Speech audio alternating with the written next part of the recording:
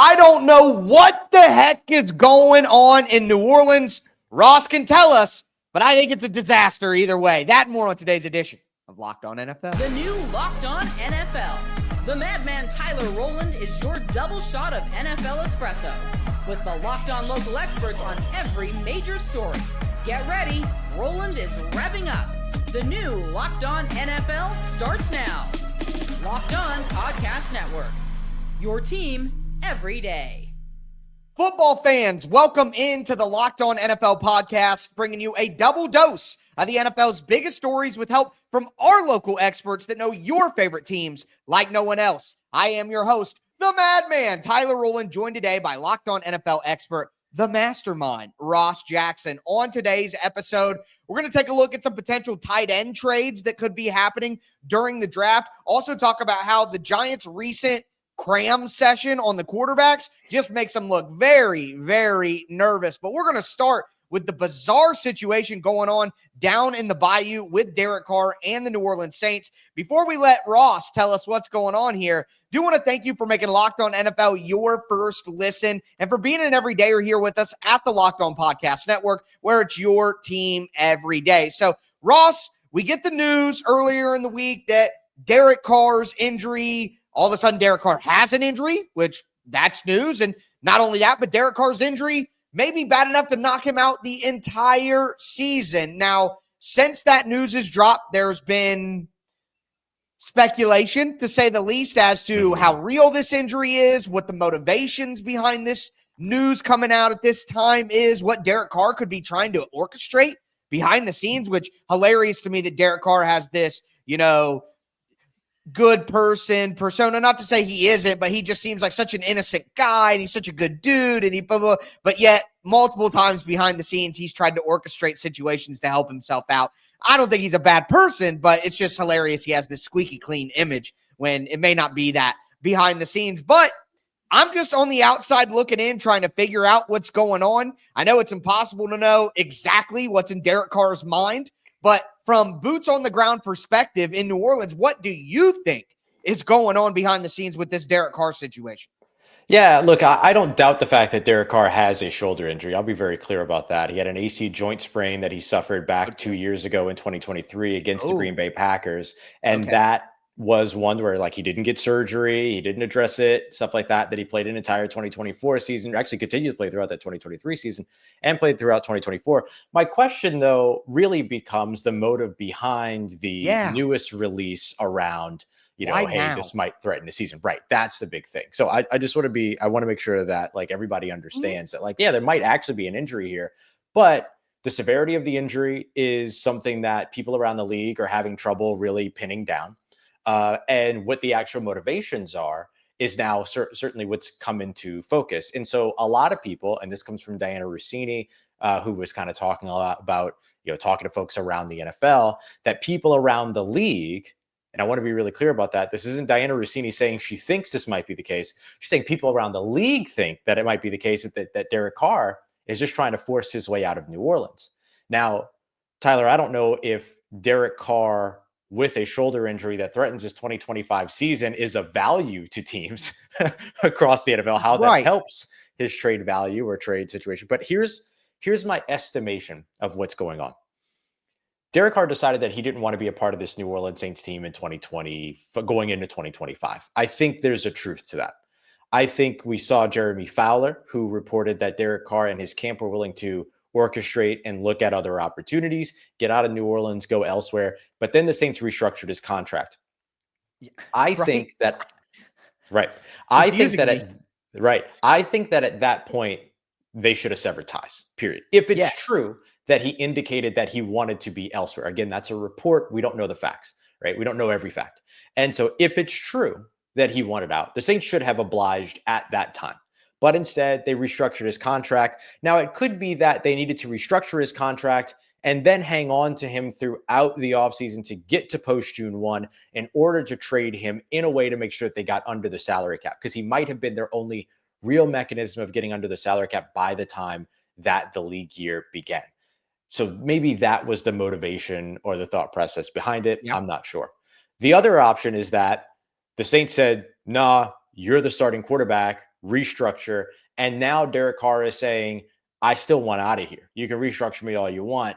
I still want out of here. And so now this is a leverage play to effectively push the New Orleans Saints to go and plan for his future so that after June 1st, he can get cleared, say, never mind, I'm all good. And then the Saints can potentially move on from him either with a post-June 1 cut designation or by trading him away starting June 2nd to another team that maybe didn't get the quarterback they were looking for in the draft or something like that. That's the best that I can put together with all of this.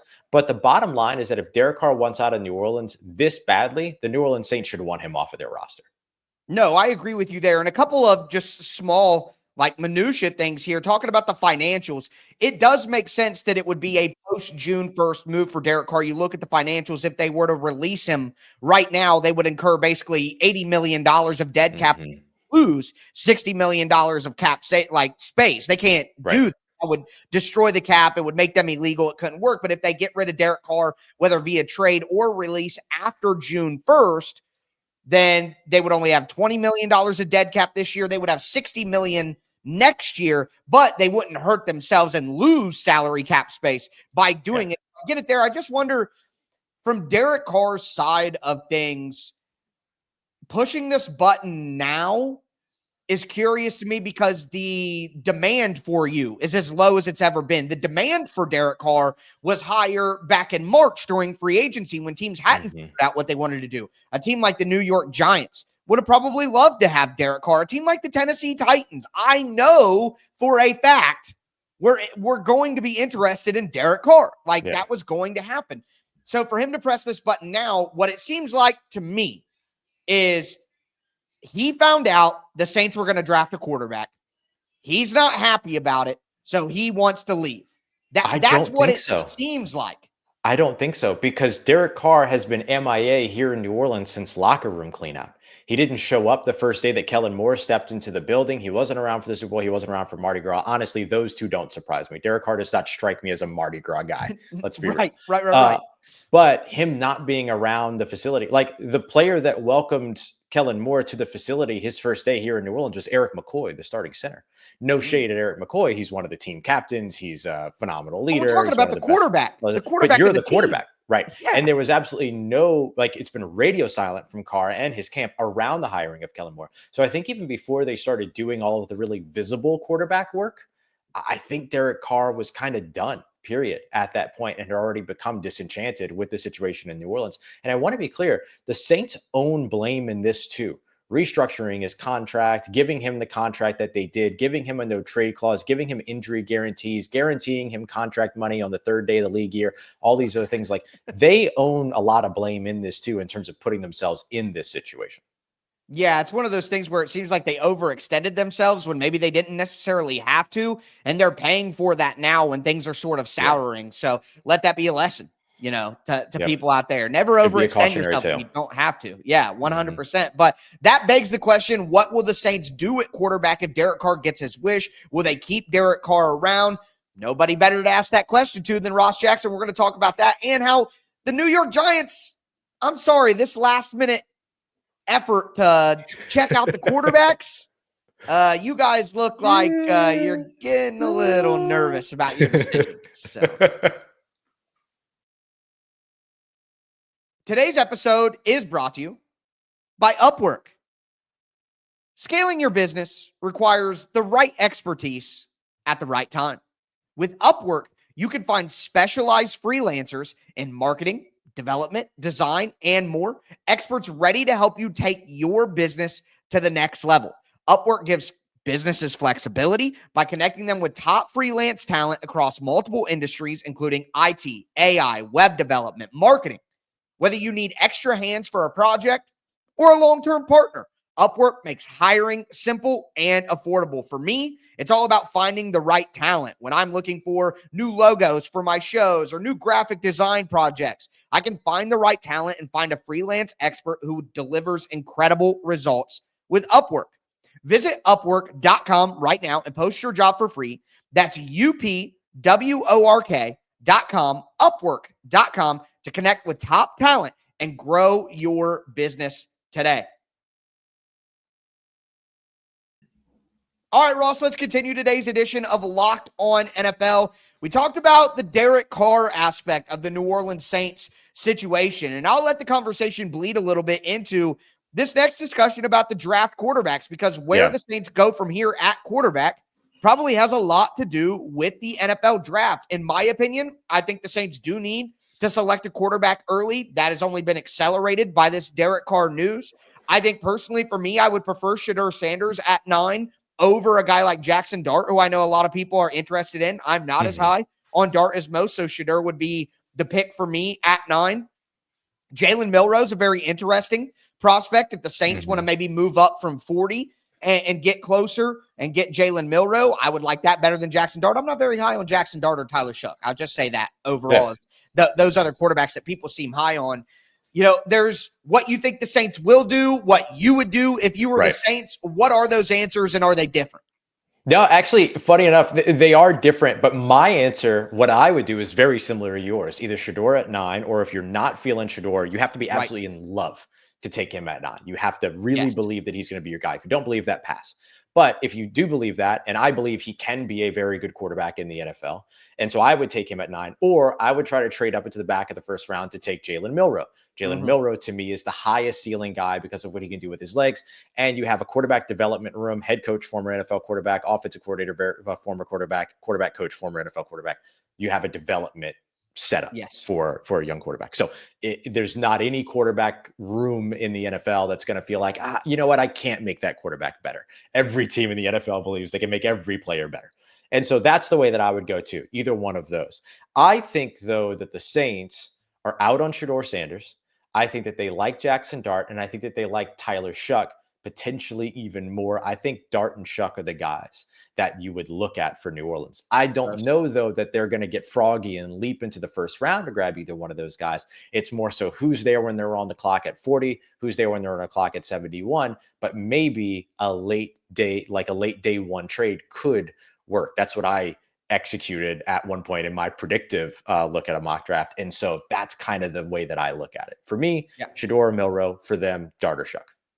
Interesting. Well, I'm Shedeur and Milroe with you as well. I think it's funny that all of these coaches get on the microphone and say, it's the Jimmies and the Joes, man. It's the Jimmies and the Joes, not the X's and O's. You need talent. And then behind the scenes, every one of them are like, my system. If they just ran my system, this quarterback, he freelance. I could make this one. I could, just run my system and we'll win. It doesn't matter. Like, I always find that absolutely hilarious. But the one thing I will say is we've heard a lot in recent, I don't want to say weeks, but in the last week about the Saints' interest in Shedeur Sanders. And that's, again, been boosted along with the Derek Carr news. But my guy Keith Sanchez from Locked On NFL Draft, which if you aren't listening to Locked On NFL Draft, what in the world are you doing? Like, you have to do that. But Keith Sanchez, who's familiar with the area, might know some people, you never know, but he just thinks all of the noise about Shedeur to the Saints is a little fishy. My ideal spot, Keith, and we'll see if he lasts that long, is 9 to the New Orleans.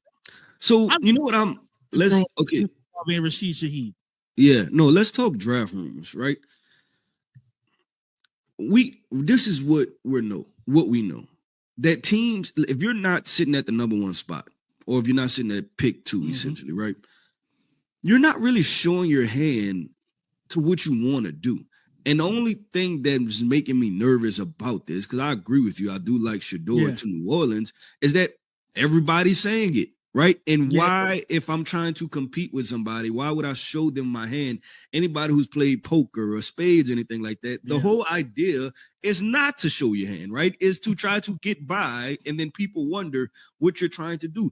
The NFL draft is the ultimate game of poker, right? Of saying you have something, like acting like you're good when you're not, acting like you don't really want this when you really do, right? But everybody's saying it. So that's why I'm sitting there wondering, like, what's going on? When the Falcons were going to pick Michael Penix Jr., they knew they were going to pick Michael Penix Jr. They didn't say anything about it, and it caught everybody off guard, right? Like, there was just it was not a full tipping of the hand. So that's the only thing that kind of confuses me a little bit with it. And I agree with that. Completely agree with that. If they really wanted Shedeur Sanders, it wouldn't be so public. It wouldn't be so known. That theory lines up with you saying that you think that they might be more interested in a Dart or a Shough. So I think while I do see the fit, and while we both agree that would be a good fit, I do, from your explanation and hearing that, I'm like, okay, it probably isn't likely, which leads you to wonder, Shedeur Sanders could end up with another team. Could he go to the Giants potentially? The Giants are doing a lot of work on the quarterbacks in this draft recently, but the legend, Patricia Traina from Locked On Giants, she still isn't buying the draft interest. He said, with the signing of these two players, quarterbacks Russell Wilson and Jameis Winston, I think we put ourselves in a position where I don't think it's mandatory or something that we have to do. Folks, I'm going to go back again to the Matthew Stafford issue, the failed trade for Matthew Stafford, which right then and there told you everything you needed to know about how the Giants viewed the quarterback class. The fact that the Giants were willing to trade away assets and pay Matthew Stafford told us right then and there that Shane wasn't necessarily crazy about this year's crop of quarterbacks. Now, that didn't mean that he shouldn't do due diligence, because look, when he sits down with John Mara, Steve Tisch, they're going to want to know, hey, have you done your due diligence? Are you sure that nobody in this draft class, will accomplish what we need them to accomplish? So Shane has to do due diligence. He had to go to the pro days. He had to have these guys in for top 30 visits. He has to do the private workouts. He had to meet with them at the combine, all the stuff that goes into, the scouting process. It's all part of the big process. Okay, it may be part of the process, but I'm sorry, I don't see any other teams doing a cram session on quarterbacks a week before the draft. Like, that's what this is. This is like a college kid who didn't study, who didn't do his homework, and then all of a sudden he's like, oh crap, the test is tomorrow. I got to stay up all night and cram. You want to translate that analogy to what this really is. What it looks like is a GM who, I agree with Patricia, she knows her stuff. The GM, Joe Shane, probably does not like the draft quarterbacks. That's why he went all out to get Matthew Stafford. That's why he signed two veteran quarterbacks who people think could potentially be a starter. Winston lower on that thought process, of course, but still, nonetheless, there are some fan bases out there who are like, hey, I'll take Jameis Winston for a year and we'll have some fun. So they signed two guys. It is clear that the Giants GM does not like the quarterbacks in the draft. That is obvious. And what it looks like from this to me is the owner comes in and says, wait a minute now. You're going to pass on all these quarterbacks? Yeah, they're not very good. Shedeur Sanders isn't very good. Dart, Shuck, blah, blah, blah. We can't get Cam Ward from the Titans. I don't believe in any of the other ones. I'm not taking them. And the owner going, wait a minute now. The mandate this year, and Patricia has talked about this on her show, the mandate from ownership was find a quarterback for the future. We need a future answer at quarterback. So what it looks like to me is the owner goes, are you sure you're not going to take one of these quarterbacks? Your job's on the line. And the GM going, oh God, maybe I need to study again. Maybe I need to study. Oh my God. That's what it looks like to me. Yeah, I think that is a very fair assessment of the situation. This is owners get involved time in the NFL draft. They start to get a lot antsy. They start to get a little worried. What do you mean the quarterback isn't at the top of the board? Right, exactly. These types of things always happen. And look, to that point, Russell Wilson could be your guy now. He's not your guy for the future. Jameis Winston could be your guy now. He's not your guy for the future. And so if you are a team that is looking for, and the mandate was find your quarterback for the future, the New York Giants have not done that. And the only way the New York Giants will do that is by selecting a quarterback in this year's draft. And so I think you're absolutely right. And we talked about on the show before, when it comes to the head coach and the GM, if they want to extend their opportunity in New York, I believe going with a young quarterback is the way to do it, because then you have something to pass on. You have something to say, well, look, young quarterback, like we're still figuring things out, blah, blah. Like that extends your lifespan sometimes as a head coach and as a general manager. You're not going to be able to extend your lifespan by making the decision that the owner doesn't want you to make, which is starting Russell Wilson or Jameis Winston, potentially.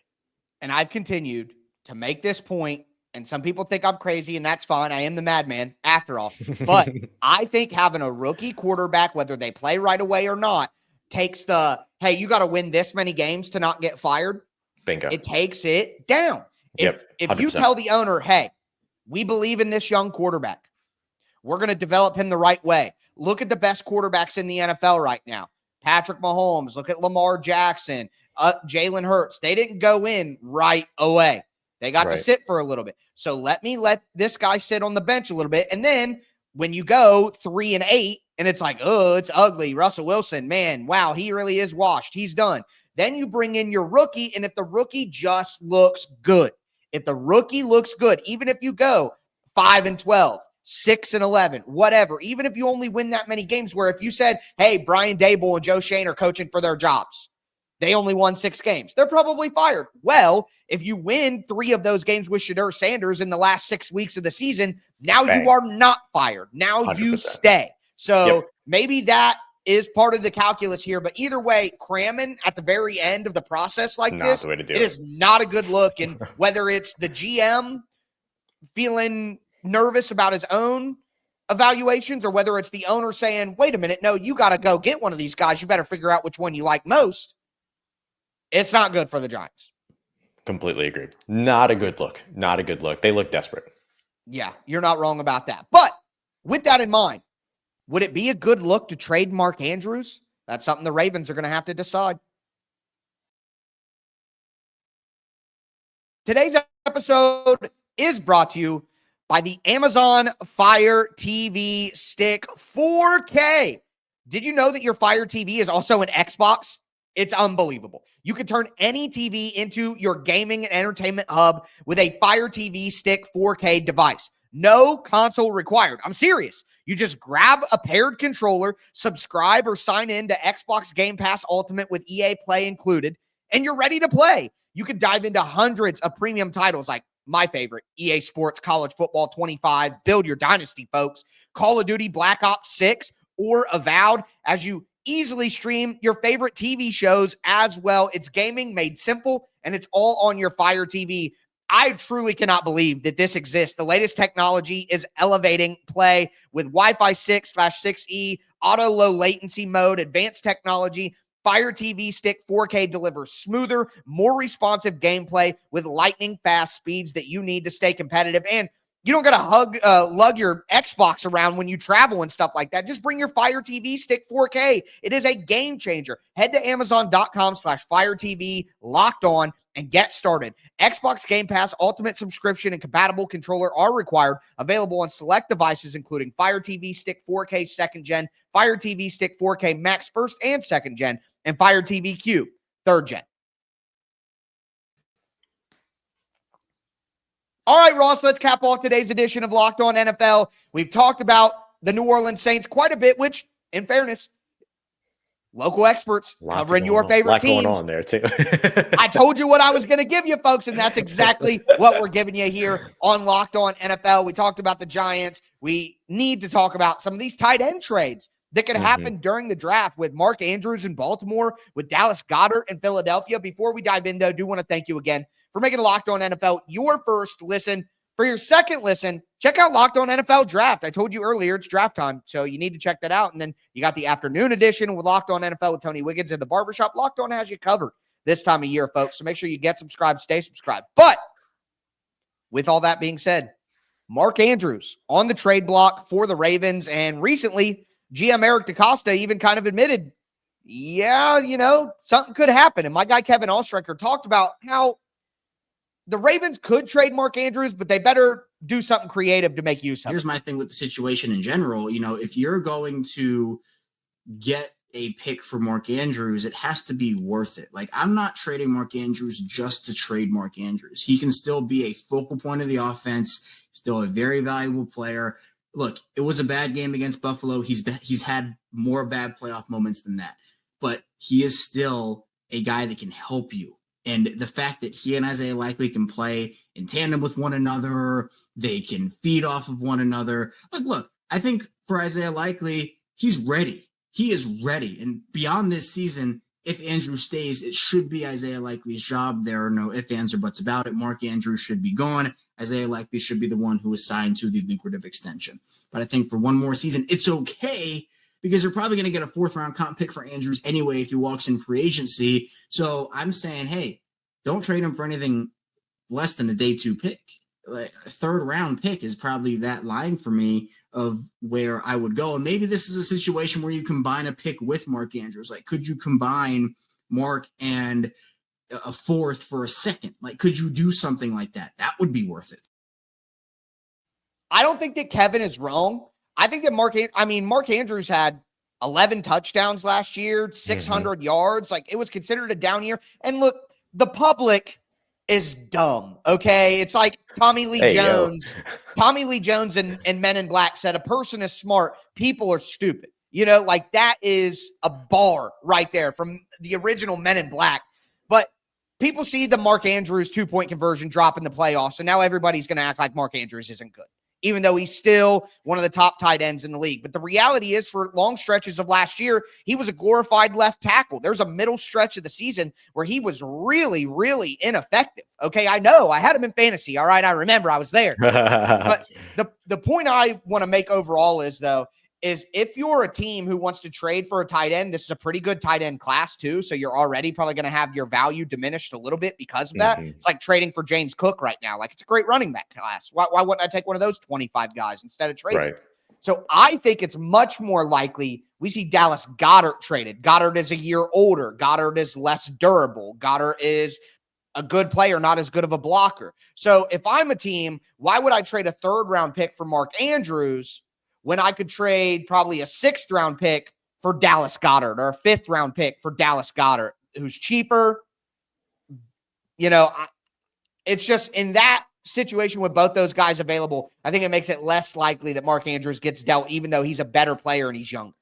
Yeah, and look, Dallas Goedert's also looking for an extension, but that extension can be incentive laden, right? It's playing time incentives, stat incentives, all those other things. There's a lot of different things that you can do with that. I look at teams with young quarterbacks. Like, imagine Dallas Goedert joining Brevin Jordan for a longer extended period of time after Dalton Schultz stays with the Houston Texans. As he becomes a free agent next year, Dallas Goedert comes in and, ends up signing an extension that keeps him around for a couple of extra years. And you give CJ Stroud another one of those big tight ends. Or keep in mind where these young quarterbacks might go in this year's class, and can you trade them their new best friend in the big tight end? Right, exactly. Yeah, there you go to Tennessee. Chigakonkwo is a good tight end for the Titans, but he's 6'2", 240 pounds. He can't be that inline tight end on the line of scrimmage. Yeah, they don't even have one of those right now, so that could be an option. Yeah, and I would look at Mark Andrews as being similar, an easy sell to a team with a young quarterback that needs a best friend. And look, I think Kevin is right to say they better make sure they get something from it, but the market dictates the market. And with the massive influx of talented young tight ends that are about to come in, the market's probably not going to be that rich for these guys. But the teams can get something in return for a 2026 pick, or if it's a draft day trade in 2025, all those other things, like, absolutely possible. But I don't think they're going to get a big return back on either one of these guys. But I think there's like specific spots where it makes sense. Like, what do the Pittsburgh Steelers do at quarterback? And maybe Mark Andrews is less likely to go across the division, but is, Dallas Goedert a possibility to travel conferences or to change conferences? Yeah, 100%. Yeah. And so, like, I look at those situations as where those young quarterbacks could go and how the Ravens and the Eagles could potentially capitalize on that. Yeah, I'm with you there. You know what just came into my mind? I can't help the analogies. It's just what my brain does. But these teams and trading for Mark Andrews, or trading Dallas Goedert, like the Eagles or the Ravens, it's like a payday loan. That's how I see it. You could get 75% of your paycheck right now, knowing that when your actual paycheck comes in, you've already used it, or you could wait if you can have the patience, and you'll get 100%. That's how I feel about the comp pick situation. You can hold on to these guys, and if you wait until next offseason, they'll leave. And then if you wait until the offseason after that, you'll get your comp pick 2 years from now. But if you can't wait for that, and you want some of your paycheck right now, well, you could trade them. You're probably not going to get as much value as you'll get for the comp pick and having them on the team for one more season. But you're going to have to wait 2 years to get that money. Can you be patient enough to get paid back for losing that player? That's what it seems like. And let me just say this. Do the Philadelphia Eagles and Baltimore Ravens seem like franchises that would do a payday loan? They certainly do not. They certainly do not. But here's what I will say, though, is that the thing with the comp pick situation is that if you let them go somewhere else, but then you also sign a player, sign people back, right, on a similar contract, then it ends up canceling out that comp pick. So that would be the one thing that I would say, is that if you can get something now that doesn't require you to not spend later in order to get something later than that, right, then that's maybe where the kind of dilemma is when it comes to that. But if you're willing to be patient, then you're going to walk away with a pick for this player one way or another, potentially. And my counter to your counter is that the Ravens and the Eagles don't really sign big name free agents, and they have a bunch of good players on their team, and they probably need to save their money for their own internal guys. But that, I guarantee you, Ross, that these conversations are happening right now behind closed doors, the pros and cons of these decisions. Yeah, I've seen 4th round comp picks canceled out because of 7th round deals, though. So I mean, it happens based on, if there's no other deal to cancel out, you might cancel out the higher draft pick with the value draft pick if you sign somebody that qualifies. But you're right; these aren't organizations that overspend, and so maybe they are willing to play the long game on this one. 100%. Well, folks, the next time we talk to you, it'll be NFL Draft Week. But that's going to do it for today's edition of Locked On NFL. I am your host, the Madman Tyler Rowland, with my co-host, the Mastermind Ross Jackson. As I tell you every episode, thanks for tuning in. And stay safe out there.